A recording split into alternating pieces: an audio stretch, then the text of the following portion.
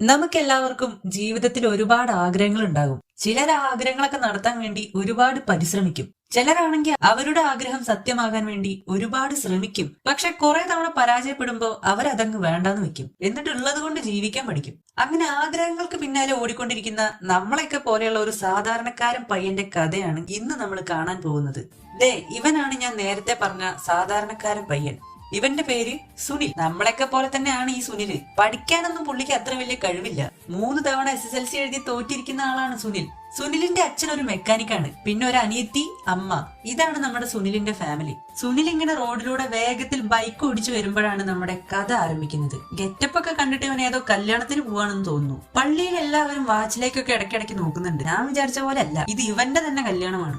സുനിൽ ഭയങ്കര സന്തോഷത്തിലാണെന്ന് അവന്റെ ചിരി കണ്ടാൽ അറിയാം. അങ്ങനെ കല്യാണം നടന്നുകൊണ്ടിരിക്കുമ്പോ പെട്ടെന്ന് കല്യാണ മോതിരം നിലത്തേക്ക് ഉരുണ്ടു വീഴുകയാണ്. ചർച്ചിലെ ഫാദറും അവിടെ കൂടിയിരുന്ന എല്ലാവരും കൂടി ഈ മോതിരം ഇത് എങ്ങോട്ടാണ് പോയതെന്ന് തെരഞ്ഞു നോക്കിക്കൊണ്ടിരിക്കുമ്പോ പെട്ടെന്ന് നമ്മുടെ സുനിലിന്റെ കണ്ണില് ആ മോതിരം പെടും. ചെക്കൻ പതുക്കെ കുനിഞ്ഞ് മോതിരം എടുത്ത് ചുറ്റും നോക്കുമ്പോ പള്ളിയില്ല, പട്ടക്കാരും ഇല്ല, കുറെ ബെഞ്ചുകളും കസേരകളും മാത്രം. അപ്പൊ ദൂരെയായിട്ട് അവൻ അവന്റെ പെണ്ണിനെ കാണും. ആന എന്ന് വിളിച്ചുകൊണ്ട് അവൻ ആ മോതിരവും പിടിച്ച് അവളുടെ അടുത്തേക്ക് ഓടുകയാണ്. ആ ഓട്ടം കണ്ടാൽ അറിയാം സുനിലിന് ആന അഥവാ ആനിനോട് അത്രയ്ക്ക് ഇഷ്ടമാണ്. ഇവിടെ ട്വിസ്റ്റ് എന്താണെന്ന് വെച്ചാ നമ്മുടെ സുനിൽ ഇതൊക്കെ അവന്റെ സ്വപ്നത്തിലാണ് കാണുന്നത്. ചെക്കൻ ബെഡിൽ കിടന്ന് കോപ്രായം കാട്ടുന്നത് കണ്ടിട്ട് അവന്റെ അനിയത്തി നിക്കി സുനിലിന്റെ മുഖത്തേക്ക് കുറച്ച് വെള്ളം കോരി ഒഴിക്കും. സുനിലിന്റെ ബുക്കിന്റെ ഉള്ളിൽ മൊത്തം നേരത്തെ അവൻ സ്വപ്നത്തിൽ കണ്ട ആനിന്റെ ഫോട്ടോയാണ്. സുനിലിന് ആനിനോടുള്ള ഇഷ്ടം അവന്റെ അനിയത്തി നിക്കിക്കും അറിയാം. പട്ടണത്തിൽ പഠിക്കാൻ പോയ ആൻ 1 വർഷത്തിന് ശേഷം നാട്ടിലേക്ക് തിരിച്ചു വരികയാണ്. അതുകൊണ്ട് നമ്മുടെ സുനില് പെട്ടെന്ന് റെഡിയായി അവളെ റിസീവ് ചെയ്യാൻ അമ്മടേന്ന് പൈസ വാങ്ങി അച്ഛന്റെ പ്രാക്കും ചീത്തവിളിയും ഒക്കെ കേട്ട് തന്റെ ബൈക്ക് എടുത്ത് റെയിൽവേ സ്റ്റേഷനിലേക്ക് പോവുകയാണ്. സുനിലിന്റെ നാട്ടിൽ സ്വന്തമായ ഒരു ബാൻഡ് ടീമൊക്കെ ഉണ്ട് കേട്ടോ. സുനിൽ ടീമിലെ ട്രംപറ്റ് വായനക്കാരനാണ്. അങ്ങനെ ആനിനെ റിസീവ് ചെയ്യാൻ ബൈക്കുമായിട്ട് സുനിൽ പോയിക്കൊണ്ടിരിക്കുമ്പോഴാണ് നമ്മൾ നേരത്തെ ഇവന്റെ സ്വപ്നത്തിൽ കണ്ട ആ ഫാദർ ഇല്ലേ, അയാൾ വണ്ടിക്ക് വട്ടം വെച്ച് നിന്ന് ലിഫ്റ്റ് ചോദിക്കുന്നത്. ഫാദർ ആയതുകൊണ്ട് ഹെൽപ്പ് ചെയ്യാതിരിക്കാനും പറ്റില്ല. അങ്ങനെ ഫാദറിനെ പള്ളിയിലേക്ക് ആക്കിയിട്ട് ഇവൻ ബാൻഡിന്റെ പ്രാക്ടീസിൽ പങ്കെടുക്കാൻ പോകും. സുനിലിന്റെ ബാൻഡിലെ എല്ലാവരും നല്ല കഴിവുള്ള ആളുകളാണ്. ഇവനാണ് ക്രിസ്, സുനിലിന്റെ ടീമിലെ പാട്ടുകാരൻ. ഇവനും ആനിനോട് വല്ലാത്ത പ്രേമമാണ്. അതുകൊണ്ട് തന്നെ പുറമെ ഒന്നും കാണിക്കില്ലെങ്കിലും സുനിലിന് ക്രിസിനെ അത്രയ്ക്ക് അങ്ങോട്ട് ഇഷ്ടമൊന്നല്ല. അങ്ങനെ പ്രാക്ടീസ് ഒക്കെ കഴിഞ്ഞ് തന്റെ പഴയ ബൈക്കിൽ സുനിലും ബ്രാൻഡ് ന്യൂ കാറിൽ ക്രിസും ആനിനെ റിസീവ് ചെയ്യാൻ വേണ്ടി റെയിൽവേ സ്റ്റേഷനിലേക്ക് പോവുകയാണ്. ഇവനിപ്പോ അങ്ങനെ ആനിന്റെ മുമ്പിൽ ഷൈൻ ചെയ്യണ്ട എന്ന് വെച്ചിട്ട് നമ്മുടെ സുനിൽ ക്രിസിന്റെ കാറിന്റെ ടയർ നൈസായിട്ട് പഞ്ചറാക്കി വിടും. ഈ ക്രിസ് നല്ല പണക്കാരനാണ് കേട്ടോ. സുനിലാണെങ്കിൽ പാവപ്പെട്ടവനും. ഇനി ഇവനെങ്ങാനും ആനിനെ കറക്കി എടുക്കുമോ എന്ന് സുനിലിന് നല്ല പേടിയുണ്ട്. നമ്മുടെ സുനില് ആനിനെ റിസീവ് ചെയ്യാൻ റെയിൽവേ സ്റ്റേഷനിലെത്തും. ഞാൻ ഈ പറഞ്ഞ ആനും ഒരു സാധാരണ മിഡിൽ ക്ലാസ് ഫാമിലിയിൽ പെട്ടവളാണ്. നമ്മുടെ സുനിലിനൊക്കെ പോലെ തന്നെ അവളുടെ അച്ഛന് സ്വന്തമായിട്ടൊരു ബേക്കറി ഒക്കെ ഉണ്ട്. സുനിലും ആനും കൂടി സംസാരിച്ചു കൊണ്ടിരിക്കുമ്പോൾ ആൻ അവളുടെ ബാൻഡിലുള്ള കൂട്ടുകാർക്ക് വേണ്ടി പട്ടണത്തിൽ നിന്നും വാങ്ങിയിട്ട് വന്ന ഗിഫ്റ്റ് ഒക്കെ എടുത്ത് സുനിലിന് കാണിച്ചു കൊടുക്കും. അവനാണെങ്കിൽ തനിക്ക് വേണ്ടി ആൻ എന്താണ് കൊണ്ടുവന്നത് എന്ന് അറിയാനുള്ള ആകാംക്ഷയൊക്കെ കടിച്ചു പിടിച്ച് അങ്ങനെ നിൽക്കും. അപ്പൊ നമ്മുടെ ആൻ പറയും, നിനക്ക് വേണ്ടി ഒന്നും വാങ്ങാൻ എനിക്ക് പറ്റിയില്ല, അപ്പോഴേക്കും കയ്യിലുള്ള പൈസയൊക്കെ തീർന്നു പോയി മോനെ. അത് കേട്ട് നമ്മുടെ ചെക്കന് സങ്കടം വന്നെങ്കിലും അവൻ അത് പുറത്തു കാണിക്കില്ല. സുനിൽ പറയും, അതൊന്നും സാരില്ലെന്നേ, നീ എന്നെ കുറിച്ച് ആലോചിച്ചല്ലോ, അത് തന്നെ വലിയ കാര്യമാണ്. പക്ഷെ അവിടെയാണ് സർപ്രൈസ്. സുനിലിന് വേണ്ടി ഒന്നും വാങ്ങിയിട്ടില്ലെന്ന് ആൻ വെറുതെ പറഞ്ഞതായിരുന്നു. അവൾ തന്റെ ബാഗിൽ നിന്നും ഒരു മൗത്ത് ഓർഗൻ പുറത്തെടുത്ത് സുനിലിന് നേരെ നീട്ടും. അത് കാണുമ്പോൾ ചെക്കന്റെ മുഖത്ത് വല്ലാത്ത സന്തോഷം. ആ സന്തോഷം കൊണ്ട് അവൻ അപ്പോൾ തന്നെ അതെടുത്ത് വായിക്കും. നേരത്തെ പറഞ്ഞ പോലെ സുനിൽ മ്യൂസിക്കിൽ നല്ല ടാലന്റ് ഉള്ള പയ്യനാണ്. അങ്ങനെ അവൻ ആൻ കൊടുത്ത ഗിഫ്റ്റ് ഒക്കെ ആയി ആനിന്റെ വീട്ടിൽ നിന്ന് ഇറങ്ങുമ്പോഴാണ് ക്രിസ് ഒരു ടാക്സി വിളിച്ച് അവിടേക്ക് വരുന്നത്.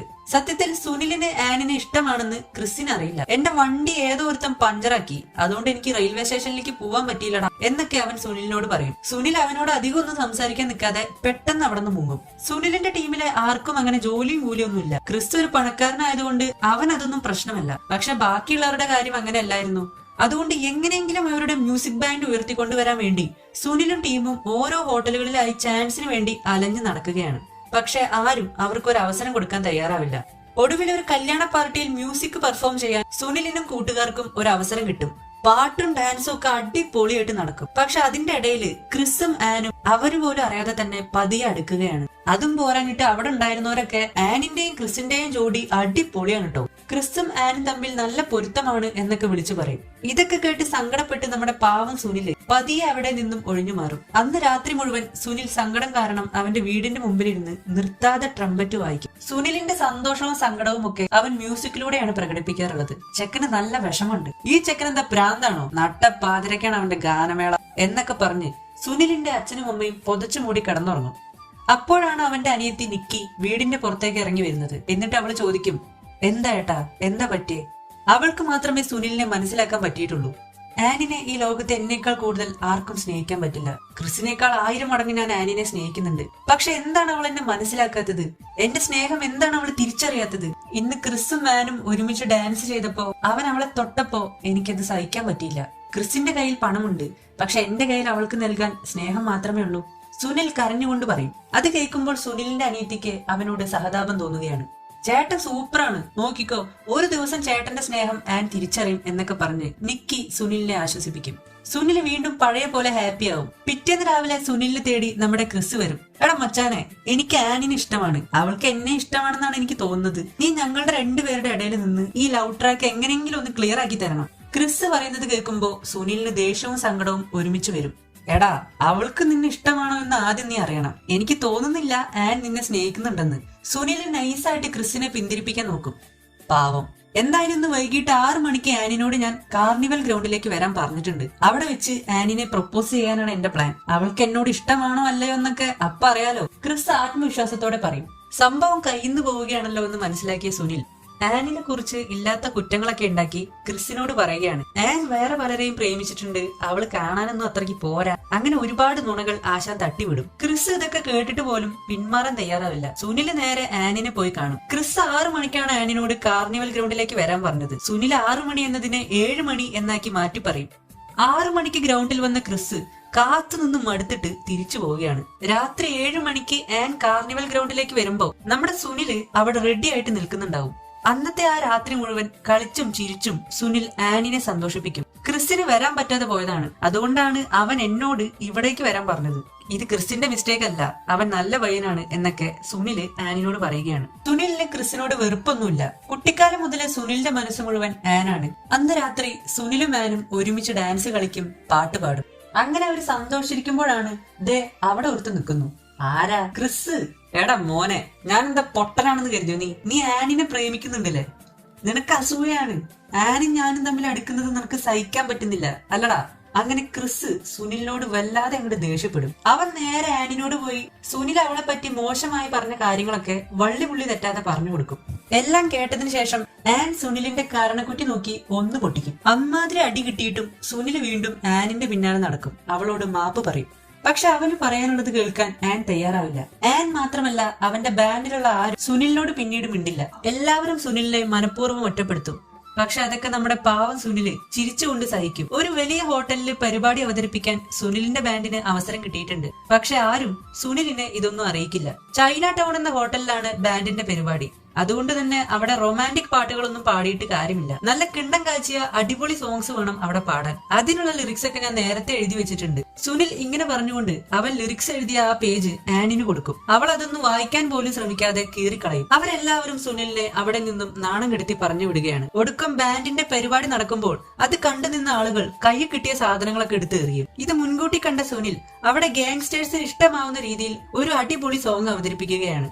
ആൾക്കാരുടെ അടികൊണ്ട് ചാവേണ്ട ക്രിസിനെയും ടീമിനെയും രക്ഷിച്ചതുകൊണ്ട് ആനും ബാക്കിയുള്ളവരും സുനിലിനോട് വീണ്ടും കൂട്ടുകൂടുകയാണ്. അവനും കൂട്ടുകാരെ തിരികെ കിട്ടിയപ്പോൾ ഒരുപാട് സന്തോഷമാവും. അങ്ങനെ ഒരു ദിവസം രാത്രി ആനിനെ തിരക്കി നടക്കുമ്പോഴാണ് സുനിൽ ആ കാഴ്ച കാണുന്നത്. ക്രിസും ആനും ഫ്രഞ്ച് കിസ് അടിച്ച് അങ്ങനെ നിൽക്കുകയാണ്. അത് കണ്ട് അവന് സങ്കടം സഹിക്കാനായില്ല. എന്നത്തെയും പോലെ ബീച്ചിൽ പോയിരുന്ന് സുനിൽ തിരമാലകളെ നോക്കി അങ്ങനെ ഇരിക്കും. അപ്പോഴാണ് മറ്റേ ഗാങ്സ്റ്റർ പാർട്ടിയിൽ ഉണ്ടായിരുന്ന ഒരു ഡോൺ സുനിലിന്റെ മ്യൂസിക് കേട്ട് അവന്റെ അടുത്തേക്ക് വന്നത്. എന്താ മോനെ, എന്താ പറ്റിയേ? സുനിലിനോട് അയാൾ ഇങ്ങനെ ചോദിക്കും. സുനിൽ നടന്ന കാര്യങ്ങളൊക്കെ ഡോണിനോട് പറയും. നീ വിഷമിക്കേണ്ട മോനെ, ക്രിസിനെയും അവന്റെ കൂട്ടുകാരെയും നമുക്ക് അങ്ങോട്ട് തട്ടാം, അപ്പൊ നിനക്ക് ആ പെണ്ണിനെ കിട്ടില്ലേ. ഡോൺ അയാൾക്കറിയുന്ന രീതിയിൽ ആ പ്രശ്നം പരിഹരിക്കാൻ ശ്രമിക്കും. അതൊന്നും വേണ്ട, അവരെന്റെ കൂട്ടുകാരാണ്, കുഴപ്പമില്ല, ഞാൻ എന്തെങ്കിലും വഴി കണ്ടുപിടിച്ചോളാം. സുനിൽ ഡോണിനെ അവിടെ നിന്നും നൈസായി ഒഴിവാക്കി വിടും. ഇതേ സമയം ക്രിസിന്റെ വീട്ടുകാര് വേറൊരു പെൺകുട്ടിയുമായി ക്രിസിന്റെ കല്യാണം ഉറപ്പിക്കും. ക്രിസ് ആണെങ്കിൽ ഇതൊക്കെ കേട്ട് പഴം ഒഴുങ്ങിയ പോലെ അങ്ങനെ തന്നെ നിൽക്കും. ക്രിസ് പറ്റിച്ചത് കൊണ്ട് ആൻ ആകെ ഡിപ്രഷനിലേക്ക് പോവുകയാണ്. സുനിലാണെങ്കിൽ സന്തോഷം കൊണ്ട് നിൽക്കാനും വയ്യ ഇരിക്കാനും വയ്യ, അങ്ങനത്തെ ഒരു അവസ്ഥയിലാണ്. ക്രിസിന്റെ ശല്യം ഒഴിഞ്ഞു കിട്ടി. ഇനി അവന്റെ മുന്നിൽ തടസ്സങ്ങൾ ഒന്നും തന്നെ ഇല്ല.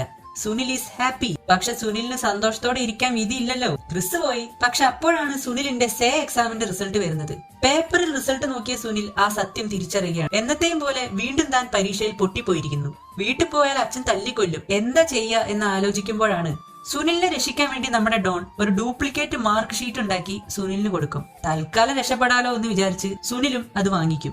നാളെ മുതൽ ബാൻഡും ഇല്ല, ഒരു കോപ്പുമില്ല, മര്യാദയ്ക്ക് നീ വർക്ക്ഷോപ്പിൽ വന്ന് പണിയെടുത്തോണം. സുനിലിന്റെ അച്ഛൻ ദേഷ്യത്തിലാണ്. അപ്പോഴാണ് സുനിൽ തന്റെ മാർക്ക് ഷീറ്റ് എടുത്ത് അച്ഛന് നേരെ നീട്ടുന്നത്. മാർക്ക് ഷീറ്റ് നോക്കിയ അച്ഛൻ ഞെട്ടും. എല്ലാ വിഷയത്തിലും സുനിലിന് ഫുൾ മാർക്ക് കിട്ടിയിരിക്കുന്നു. സത്യത്തിൽ സുനിലും ഇത്രയ്ക്ക് അങ്ങോട്ട് പ്രതീക്ഷിച്ചിട്ടുണ്ടായിരുന്നില്ല. എല്ലാം ഡോൺ ഉണ്ടാക്കി വെച്ച പണിയാണ്. സുനിലാണെങ്കിൽ ആ മാർക്ക് ഷീറ്റ് തുറന്നു നോക്കുക പോലും ചെയ്യാതെയാണ് തന്റെ അച്ഛന്റെ കയ്യിൽ വെച്ചു കൊടുത്തത്. കാര്യങ്ങളൊക്കെ കൈവിട്ടു പോയിരിക്കുകയാണ്. മകന്റെ മാർക്ക് കണ്ടു കെട്ടിയ അച്ഛൻ വീട്ടിലൊരു ഗംഭീര പാർട്ടി വെക്കും. ആൻ ഉൾപ്പെടെ എല്ലാവരും ആ പാർട്ടിയിൽ പങ്കെടുക്കുകയും ചെയ്യും. തന്റെ അച്ഛൻ നാട്ടുകാരുടെ മുന്നിൽ കോമാളിയാവുന്നത് കണ്ടിരിക്കാൻ സുനിലിന് പറ്റില്ല. അവൻ കുറ്റബോധം കാരണം അച്ഛനോട് എല്ലാ സത്യങ്ങളും തുറന്നു പറയുകയാണ്. ആദ്യം ദേഷ്യം തോന്നുമെങ്കിലും ബാൻഡിന്റെ പ്രോഗ്രാം അവതരിപ്പിച്ചപ്പോൾ കിട്ടിയ പണം സുനിൽ അച്ഛന്റെ കയ്യിലേക്ക് വെച്ചു കൊടുക്കും. അതോടെ അദ്ദേഹത്തിന് സന്തോഷമാവും. തന്റെ മകന്റെ കഴിവ് അയാൾ അംഗീകരിക്കുകയാണ്. ഇതിന്റെ ഇടയിൽ ആനിന് സുനിലിനോട് പ്രേമം തോന്നുകയാണ്. സുനിലിന്റെ വീട്ടുകാരും ആനിന്റെ വീട്ടുകാരും ചേർന്ന് ഇവരുടെ കല്യാണം നടത്താൻ തീരുമാനിക്കുകയാണ്. നിക്കിക്കും ആനിനും സുനിലിനും എല്ലാവർക്കും സന്തോഷം. സുനിൽ അങ്ങനെ വീണ്ടും ആനിനെ കാണാൻ പോവുകയാണ്. ഇത്തവണ അവൾക്ക് കൊടുക്കാനായി സുനിൽ ഒരു സമ്മാനവും കയ്യിൽ കരുതിയിട്ടുണ്ട്. പക്ഷെ അപ്പോഴാണ് വീണ്ടും ക്രിസ് രംഗത്തെത്തുന്നത്. നീ സുനിലിനെ കല്യാണം കഴിക്കുന്നതിൽ എനിക്ക് സന്തോഷം മാത്രമേ ഉള്ളൂ. പക്ഷെ എന്റെ മനസ്സിൽ എന്നും നീ മാത്രമേ ഉണ്ടായിരിക്കുള്ളൂ. എന്റെ വീട്ടുകാരെ ഞാൻ എല്ലാം പറഞ്ഞ് സമ്മതിപ്പിച്ചിട്ടുണ്ട്. സാരില്ല, സുനിലിനെയാണ് നിനക്ക് ഇഷ്ടമെങ്കിൽ അങ്ങനെ തന്നെ നടക്കട്ടെ, ക്രിസ് ആനിനോട് പറയും. ആനിനും ക്രിസിനോട് സ്നേഹമുണ്ട്. അവൾ എന്താണ് ചെയ്യേണ്ടതെന്ന് അറിയാതെ നിൽക്കുകയാണ്. ക്രിസ്, നിന്നെ എനിക്ക് ഇഷ്ടമാണ്, പക്ഷെ എന്റെ കല്യാണം ഉറപ്പിച്ചു കഴിഞ്ഞു. സുനിലിനോട് ഞാൻ യെസ് പറഞ്ഞു, എനിക്കിനി ഒന്നും ചെയ്യാൻ സാധിക്കില്ല, ആൻ ക്രിസിനോട് പറയും. ഇവര് രണ്ടുപേരുടെയും സംസാരം കേട്ട് പാവം സുനിൽ ആ മുറിയുടെ ഒരു മൂലയിൽ നിൽക്കുന്നുണ്ട്. ഇത്രയൊക്കെ സ്നേഹിച്ചിട്ടും ആനിന്റെ മനസ്സിൽ ഇപ്പോഴും ക്രിസ് ആണുള്ളതെന്ന് അറിയുമ്പോൾ പാവം സുനിലിന് സഹിക്കാൻ പറ്റില്ല. അന്ന് രാത്രി മുഴുവൻ സുനിൽ ആ മഴയത്തിരുന്ന് ആനിനെ പറ്റി ആലോചിക്കും. പിന്നെ നമ്മൾ കാണുന്നത് കഥയുടെ തുടക്കത്തിൽ നമ്മൾ കണ്ട കല്യാണം നടക്കുന്ന ചർച്ചാണ്. പക്ഷെ ഇത്തവണ നമ്മുടെ സുനിലിന്റെ കല്യാണമായിരുന്നില്ല അവിടെ നടക്കാൻ പോകുന്നത്. ആനും ക്രിസും തമ്മിലാണ് മാരേജ്.